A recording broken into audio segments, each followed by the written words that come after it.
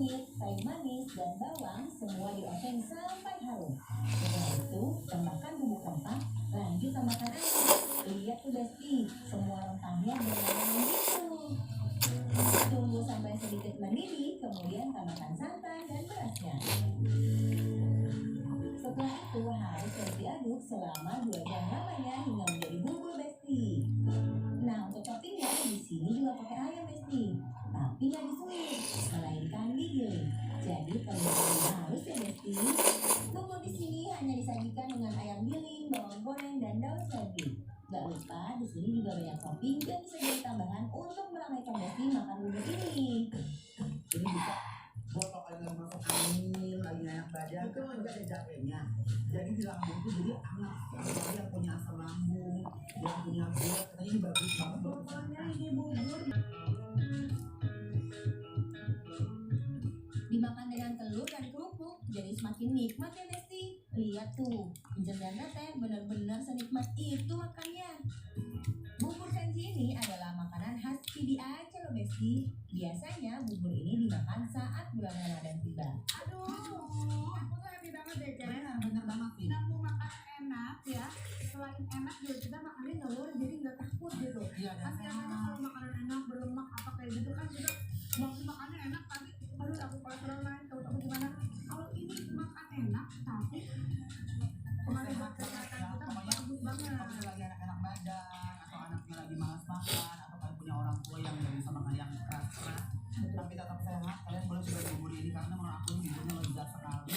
Rempah-rempahnya juga berasa. Aduh, kalau buburnya mungkin bubur biasa, cuman ingredient dalam buburnya itu yang membuat aku tuh seneng banget. Ini endol, tak endol, ya kan? Oke, langsung aja ratingnya untuk bubur kanji ayam Bombay yang ada di Aceh dari 1 sampai 10 ratingnya adalah cakep, karena yang bikin lapar.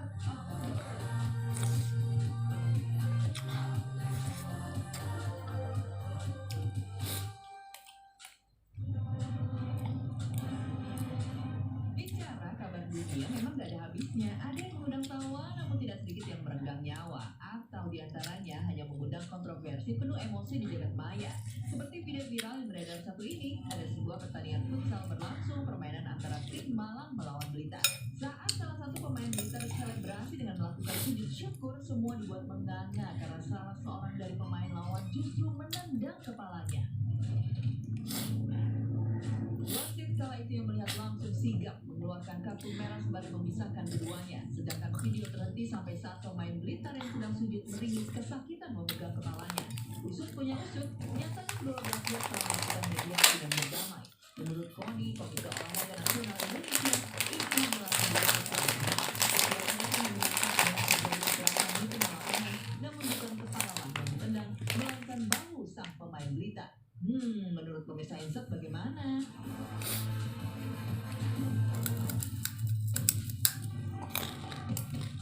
Perihal pemain futsal menendang secara brutal lawan mainnya sudah pasti mengundang geram warganet. Tapi ini bisa jadi bukan hanya emosi kita yang tersulut. Rasa sedih dan imbas sebab satu nyawa berhasil direnggut akibat kejadian yang tengah viral satu ini. Siapa yang akan mengira selebrasi ledakan dilakukan bocil bocah jahil yang berujung bocah 8 tahun tewas seketika.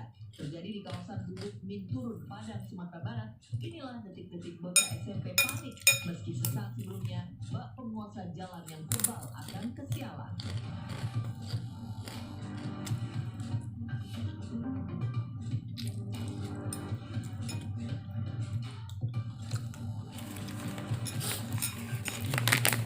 Artis siapa yang tak terkejut menderita melihat kejadian yang terekam kamera pengawas ini. Niat hati beribadah, mendekatkan diri kepada Yang Maha Kuasa, belajar mengaji serta sembahyang demi bisa jadi anak soleh.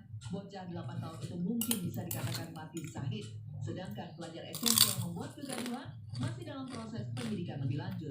Walau sempat ditolong oleh seorang supir truk ke rumah sakit, keluarga anak yang meninggal harus rela mengembumikan sang putra kembali ke pangkuan Tuhan Yang Maha Esa.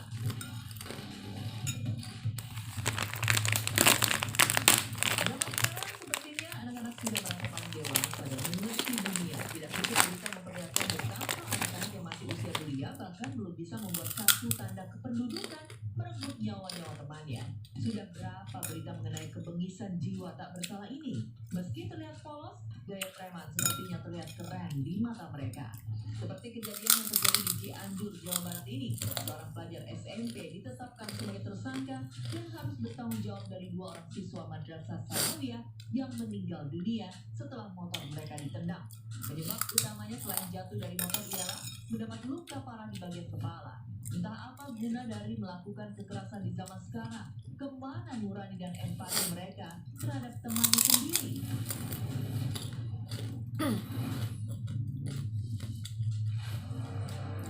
Seperti bapak-bapak polisi satu ini, meski masih tidak diketahui terjadi di mana penilangan ini, entah resmi atau tidak, namun seorang oknum polisi berhasil membuat warganet mengamuk dibuatnya. Dalam video yang beredar, seorang pengendara yang sepertinya memang sudah ditilang berusaha melarikan diri. Sayang oh sayang, sang polisi refleks menendang. Alhasil, motor tersebut sedikit terpental bersama pengendaranya. Kejadian ini terjadi tepat saat keadaan lalu lintas cukup padat merayap. Apakah semua masalah harus diselesaikan dengan kekerasan, dengan amukan, penuh tuduhan, atau memang dunia tidak lagi bisa menyediakan sisi kemanusiaan sebab tergerus zaman?